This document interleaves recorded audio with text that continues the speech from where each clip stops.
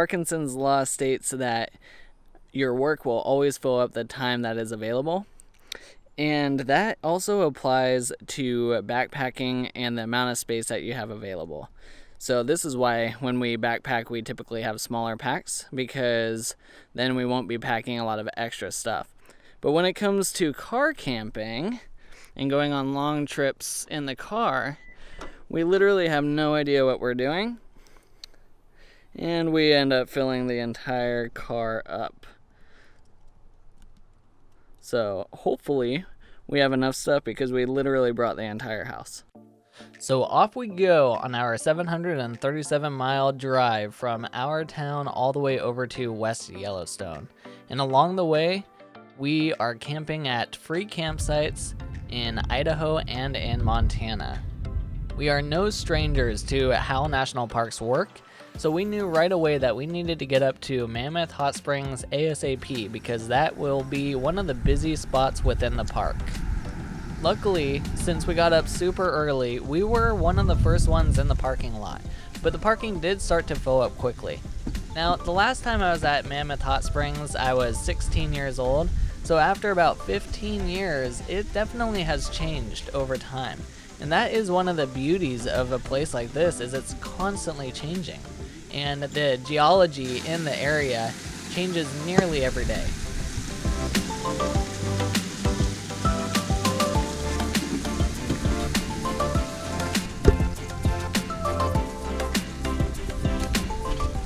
As you can see, as we move from spring to spring, some of them are very active and some definitely look way more dried up. So that is one of those changes that we talked about that happens in a place like this.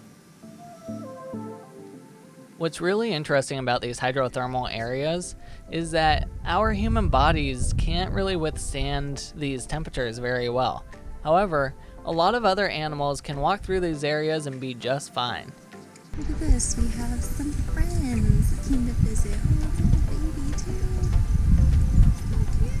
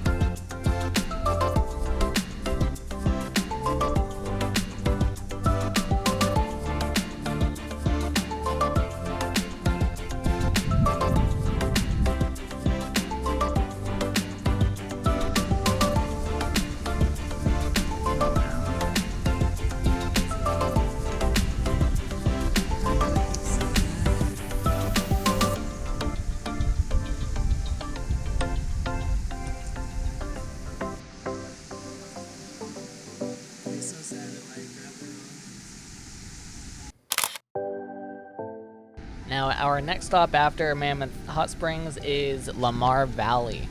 And this is where a lot of the mammals, the big, large mammals that you definitely want to see, like to hang out. Now, the roadway is kind of long, so there is an awesome app called the Gypsy app, which has a lot of information about the park. So you can download the app, and as you drive through, it gives you little tidbits and snippets of different parts of the park.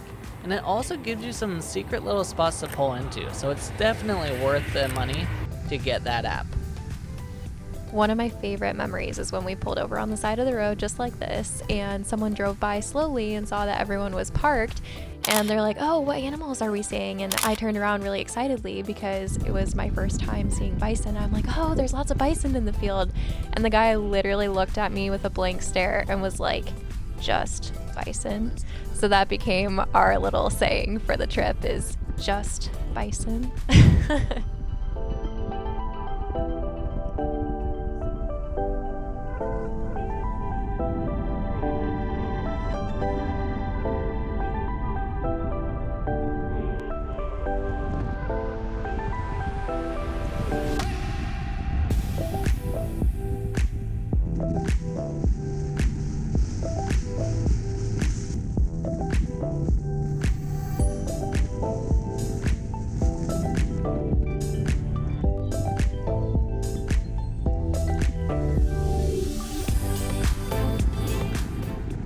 after Lamar Valley, we started making our way back towards West Yellowstone, making sure to hit everything between Mammoth Hot Springs and West Yellowstone that we bypassed earlier in the morning.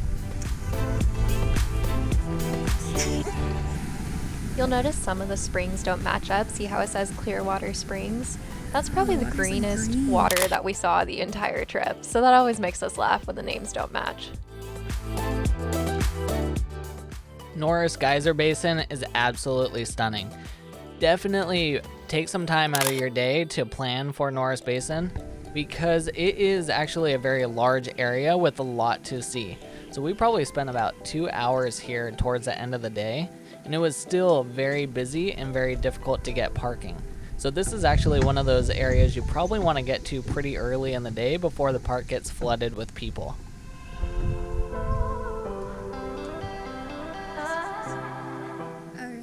So coming up, this was one of my favorite features in probably the whole park. I know, it looks like a mud pit, but it's one of the coolest things. They're called the mud paint pots, and it's literally just boiling mud. But it's amazing and it's super fun to photograph.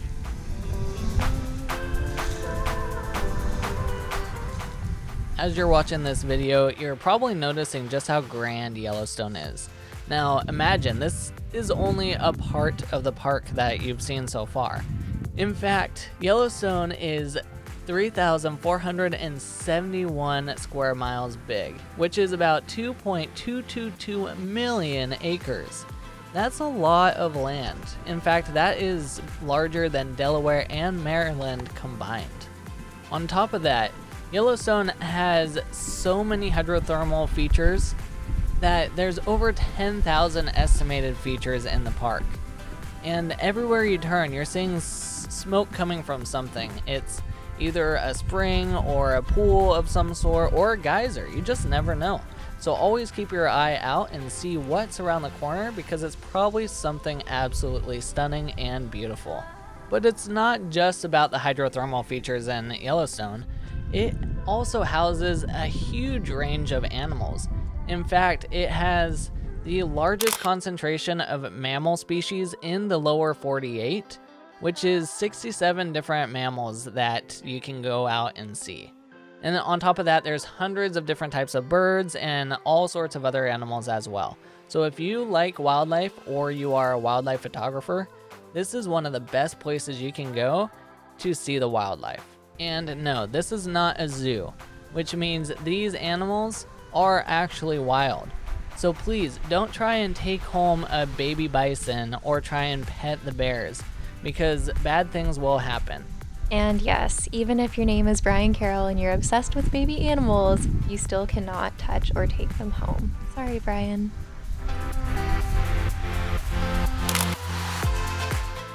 All right, here we go on day 2.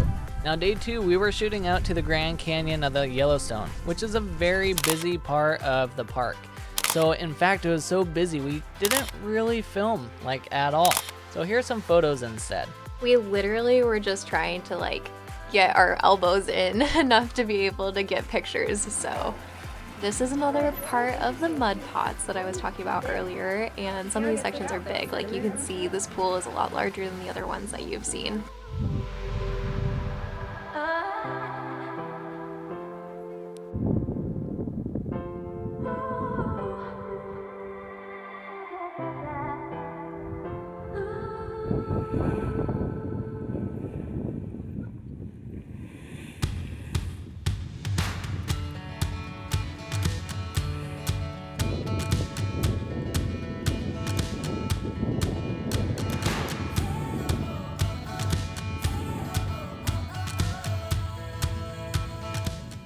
And as you continue south, eventually you start making your way around Yellowstone Lake, which is an absolutely stunningly huge lake, which covers about 136 square miles.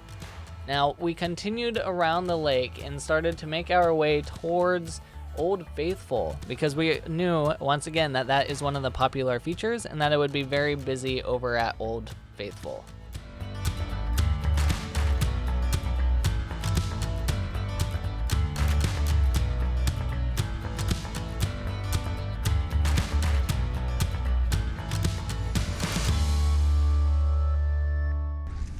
as you'll see, Old Faithful is definitely busy. In fact, it took us about 15 to 20 minutes just to find a parking spot. The nice part about Old Faithful is kind of the geyser that everyone goes for, but there are so many other geysers in the area for you to see. And there's lots of different paths and walkways for you to follow. We quickly learned in this section that some, definitely not all, of the geysers you're actually able to time. So it's a good idea to look at all the education pamphlets and look ahead and try to schedule out where and what time you're going to be hitting certain points in the park, because we got really lucky with some of the geysers and we got to see them erupt and we had no idea that they only happened once a day or once every couple hours, and we just happened to be there at the right moment. So major luck of the draw for us, but that doesn't normally happen. So if you want to try and time some of the geysers in full action, we really recommend trying to research and look ahead. Especially in this section, there is a large loop that you can do. So if you want to plan ahead on anything, Old Faithful section is the section to plan ahead.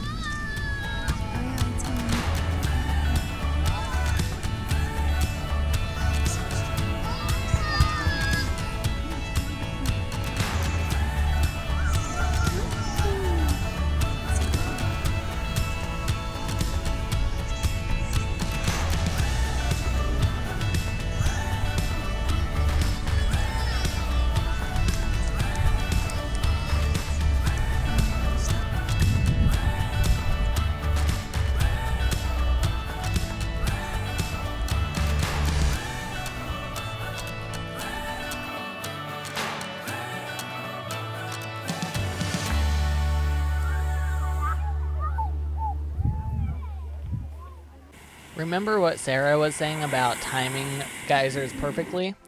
Well, we came back to this area later on, and there was absolutely no activity whatsoever. In fact, some of these areas seemed like the water completely drained out and disappeared. So for whatever reason, we showed up at the perfect time to see some of these erupt.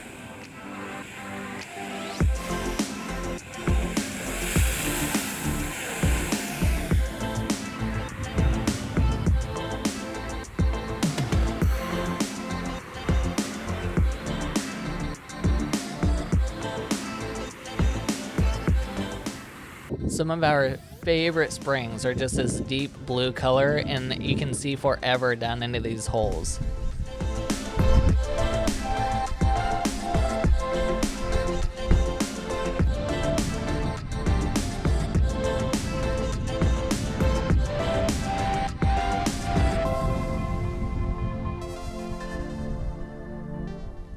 Yellowstone's features and landscape is so mesmerizing that a lot of times you forget that at any point the pathway that you're walking on could get swallowed up by a random geyser that pops up.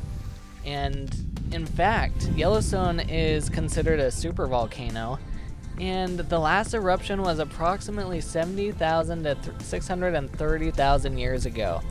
And it's expected that right now it might be a little late for its next eruption, but try not to think of that when you're walking around.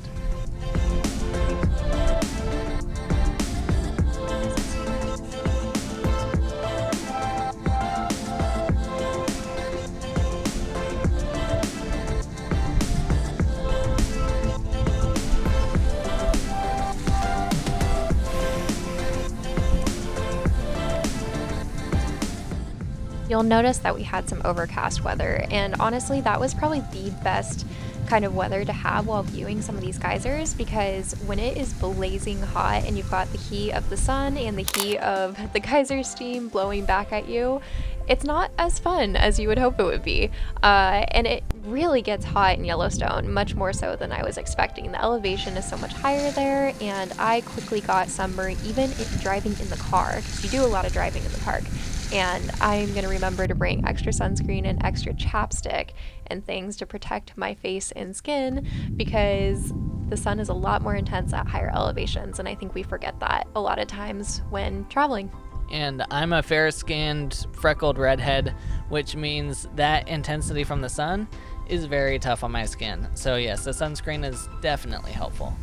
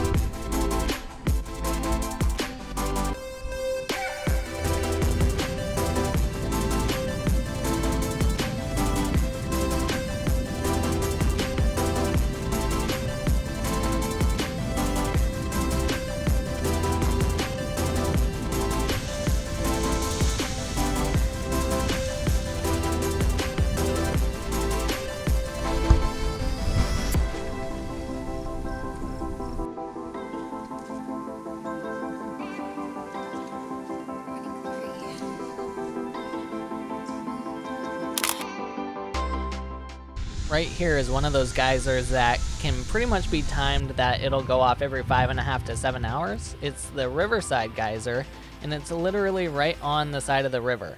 So as we were walking up, we saw a lot of people were sitting down getting ready for it, and it was expected to go off in the next 20 minutes or so, which it did.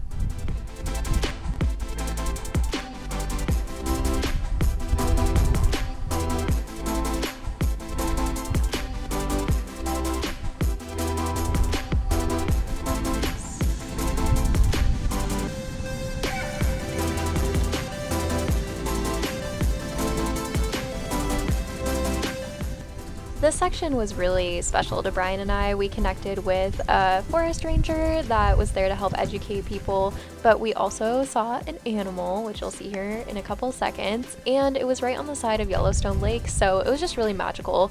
And we found out that on the right-hand side, you can see that it's all underwater because it's in the lake now, but there used to be some active geysers that were actually on that side, and now they're no longer active. So it's another point showing you that things are quickly and rapidly changing in this park. Hey Sarah, do you know what's coming up next? What, Brian? One of your favorite spots in the entire area, the Grand Tetons. And in fact, we always say the Grand Tetons, but there's really only one Grand Teton. The rest are just the Tetons. So south of Yellowstone is Grand Teton National Park, which is an absolutely stunning area and one of the best places to look for moose, which was one of my main goals on this entire trip. Now, I've been to Yellowstone before, never had the chance to see a moose, so my entire goal this time was to see a flippin' moose. So one of our favorite animals on this trip was the pelicans, which are super neat to see. We had no idea they would be out here, but it was really funny seeing this photo of a pelican chasing a duck with a fish in its mouth. Now, I saw the two kind of swimming around, and I had no idea what was going on until I zoomed into the photo and saw exactly what was happening. So this was in the end of July.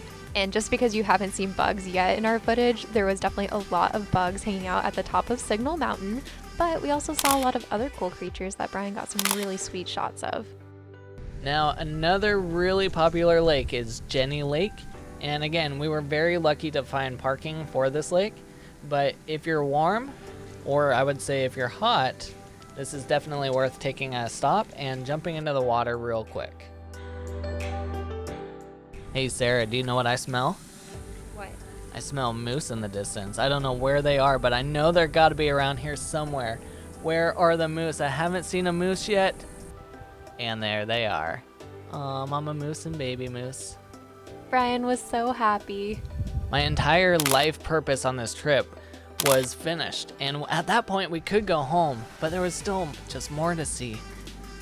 And we couldn't miss the mornings. I mean, are you seeing how beautiful this morning was? It was so gorgeous and worth the early wake up time, even though we really didn't want to wake up early after all the driving. And honestly, if you are looking for moose, the morning is the time you want to be looking for because they do like colder temperatures. Once the temperature gets above like 40, 45 degrees, then they typically go hide in the shade and it's really hard to find them.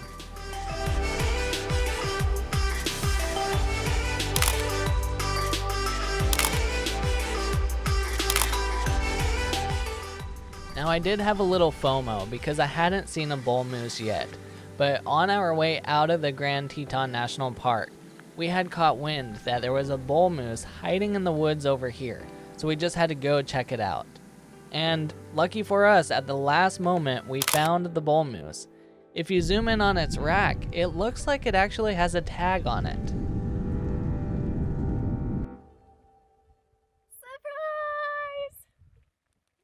Now this is the end of our trip, and we spent about 7 days between the two national parks. We both recommend you spend more time if you can though. There's just so much to see and we were definitely pushing hard and fast to see as much as we possibly could.